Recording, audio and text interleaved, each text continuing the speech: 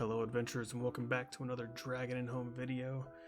This is a late one, so I apologize if my voice is not entirely there, but we have an update coming out in just a little bit here. Version 1.0.39, the Summer Festival. So I wanted to go ahead and cover the patch notes as we've done with a couple of the other previous patches. So let's go ahead and see what we can look forward to. Blazing hot summer is quite a lively season. Residents of the Breeze Plain is setting up the stage for a carnival of amazing fun. During the event, there will be a fireworks show every night at designated times. Please enjoy the festivity. Event starts from the date of the update until right before midnight of September 7th, so we're going to have the rest of July, all of August, and 1 week of September, so we're going to have almost 2 months to complete this. And this is going to be the Summer Festival Village that's going to spawn. It's going to be in the northwest portion of Breeze Plain. This is a repeat event, so it's going to copy the same thing that we saw last time when this event came around, when EU was the sole server for English players. Let's go ahead and continue downward. Complete daily quest Summer Fireworks to enjoy the festival carnival. You can obtain the daily quest Summer Fireworks to obtain festival coins, fireworks tickets, and costume tickets. You may also acquire festival coins from loot chests obtained in hard mode mystery realms. So you'll see here that we'll have some rewards for these quests. You complete the stall owner's troubles, summer prayers, and the festival gathering. So some of the rewards you're going to get are XP, white dragonite. There's going to be those different currencies that we can get. So you have those tokens, those tickets, and then the costume ticket here. And then a little satchel. This is going to be some extra event items that we can get, and we'll cover a little bit more of those as we scroll down here. So Festival Carnival. During the event, you can enjoy a variety of festival minigames at various NPCs located around the festival. You can check specific game rules at the quest interface after obtaining related quests. Each game allows one free experience per day through daily quests. Afterward, you will need to spend festival coins to continue play. And using these festival coins will allow you to earn more festival tickets. We'll see here in this patch notes list where you can use those tickets. But here's a list of all the mini games you can play. So fishing mini game, you're gonna need a fishing rod, but you'll be able to fish inside of this little pond here for some goldfish, and you would think you have to get 5 fish. The next mini game is going to be the archery mini game.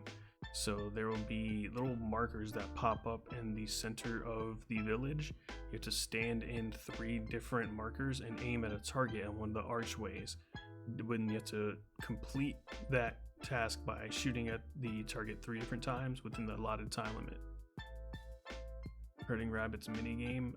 This one's a little bit different. You basically talk to the statue, it spawns a rabbit, and then you have to guide the rabbit to a specific location within the town. In order to guide the rabbit, you basically stand behind it. It's almost like it, depending on where you're standing, it goes the opposite direction. So I'll try to get some videos out of these mini games so you guys have a better idea of how to complete these mini games. Hide and seek mini game. This one is probably going to be the most frustrating for some players. So the orange-haired guide is going to basically have one of these little like cat statues, and it's going to spawn somewhere randomly within the festival village. And you have to find it, and these can be anywhere behind trees, behind the stalls, on top of archways, on top of buildings. It's completely random wherever it shows up, and it may be harder on some days compared to other days. So we'll talk a little bit more about that when we get the live update and get some footage of it. Horse race mini game. So you want to have a mount here, and there's 3 different tracks you can go to: a blue, a green, and a red.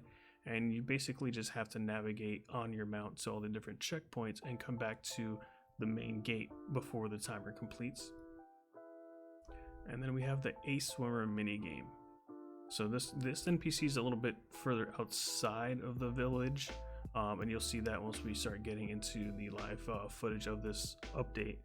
But basically there's going to be these Dharma dolls underneath the water, and you need to find specific ones depending on what the quest text tells you to find, and you'll have to touch those by swimming under the water and interacting with them. Moving on to the story behind the Summer Festival. Obtain the main summer event quest from Aizen. Complete the entire storyline to obtain the Shrine Maiden Dance and Samurai Duel emote. So the Shrine Maiden Dance is returning from previous year, and the Samurai Duel emote is a brand new emote. For players who have already obtained the Shrine Maiden Dance, so those EU players or China server players, through the past summer events, you can skip the prerequisite tasks for acquiring the Shrine Maiden Dance and directly receive new quests. And here's a picture where the emote pops up, so that's going to be the Samurai Duel. And then here's the actual preview of the emote in action. And we'll see a little bit more of this new costume and discuss how to get that. So here is a new addition to the Summer Festival. Is a Summer Mystery Realm, Eliminate the Samurai's Resentment. So there's a samurai boss, and you can see him in the middle there. And he's got a long sword, and we'll be able to fight him. We're not entirely sure how many times a day you can fight him, but it's like a mystery realm. He'll be in a specific instance, so you bring up to a party of 5 to fight him. There will be a normal mode and a hard mode. And here's a list of attacks. I might do a separate video for the boss to cover the different phases of different attacks and the best way to defeat the boss.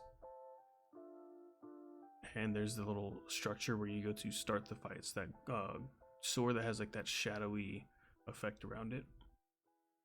A talisman obtained from the festival activities. So you need that talisman in order to enter. That's like your token to fight the boss. You can fend off the evil presence temporarily with it to enter the mystery realm, the dreamscape of Susanoo.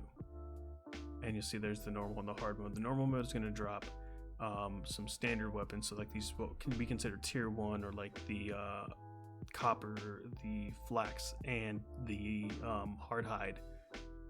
Or I'm sorry, not the hard, the crafted leather sets for weapons. And then the hard mode will have a chance to drop the new two-handed sword with elemental effects. So let's see, upon clearing the normal Susanoo mode, there's a chance to obtain XP, currency, and gears rewards. On clearing the difficult Susanoo realm, there's a chance to obtain a two-handed sword by the name of Heavenly Clouds, which can be either purple or blue in rarity. Each variant of the sword comes with different elements and exclusive effects. So here we have a preview of the Fire Sword. Here's a preview of the Shadow Sword. Here's the Water Element Sword. Here's the Thunder Element Sword. And the Light Element Sword. So we're finally getting attributes on melee weapons. This is a fantastic addition. A lot of us have been looking forward to this since we first found out about it. If you are thinking about playing the event, this is a fantastic time to play to get a weapon that's only going to be available for that 7-week period that we can farm these. While performing Whirlwind Slash and Chi Blade Cutter during combat, special skill effects will be displayed, so you see that we have extra particle effects with these attack animations. It looks fantastic. And the Astro Ward costume has returned, upgrading to the new costume Susanoo no Mikoto. So these costumes will be available in the Star Shroud shop, and there you see the male and the female variant. But for the first time, what we're seeing is that you can upgrade the costume to these samurai outfits. So with the sword, with that new long sword, the Heavenly Cloud, it looks absolutely amazing. And the way to get it is there will be at the assembly table a new recipe. Now you'll need to get the actual costume piece from the Star Shroud shop, and then you'll need to get the upgrade item from defeating that limited time boss. And you're going to need 4 of those pieces. It looks like for like the helmet, it may be different kinds of pieces or a different number of pieces per item. But here we get a little preview of the helm. It's going to cost a little bit of a Shadow Dragonite too, so keep an eye out for that. And then we have some more novelty items here for the summer specialty sweet desserts. So coconut shaved ice, obtained through opening lucky bags or clearing mystery realms on any difficulty. Consuming the coconut shaved ice will give you the life buoy effect, so your character will have this cool little life buoy or the floaty. Then you have the summer cocktail. This summer cocktail will give you the sunglasses effect. And then the candy apple, which will give you the fox mask effect. And these are, I don't remember the exact amount of time from last year, but they're a temporary effect, little nice cosmetic item that your character can wear temporarily. But there is going to be another permanent item that you can get, another permanent costume. So Mad Scientist is going to have a store that you can go to and spend some of your currency for the event. And if we look at the currency, you have candy apples. You can get this for 100 white dragonite. You can also get the cage for spirit deer mount for 200 fireworks tickets. And if it's the same as last year, you can get up to 5 of these deer. If you can get a male and a female, they are breedable. They are tradable, so you can actually sell these cages if you want to. But something to consider, if you do these daily quests, you can get these fireworks tickets and buy up to 5 of these mounts.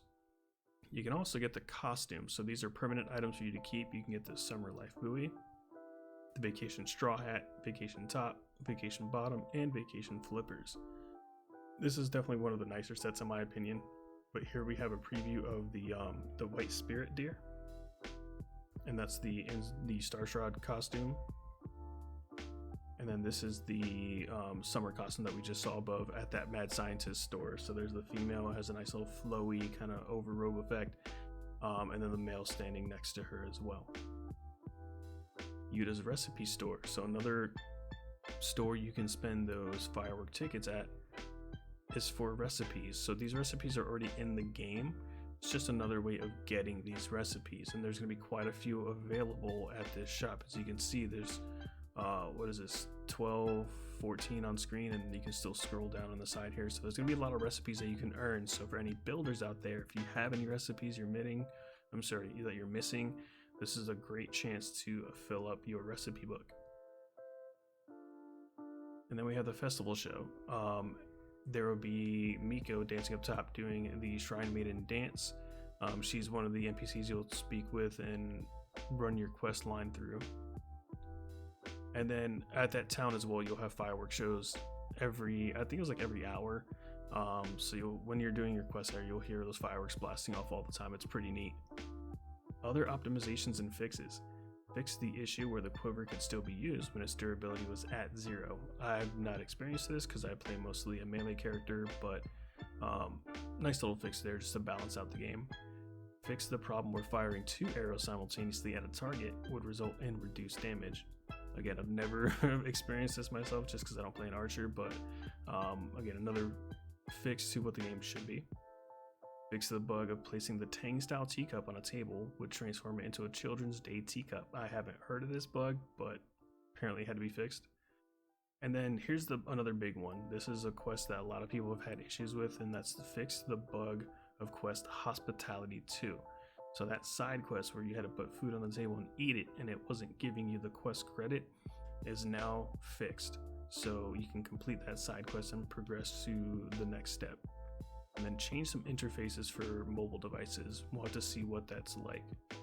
So that'll wrap up the version 1.0.39 update. I want to thank you guys for stopping by and checking out the video. I'll see you guys in game. Until next time, you guys have a wonderful day. Peace out.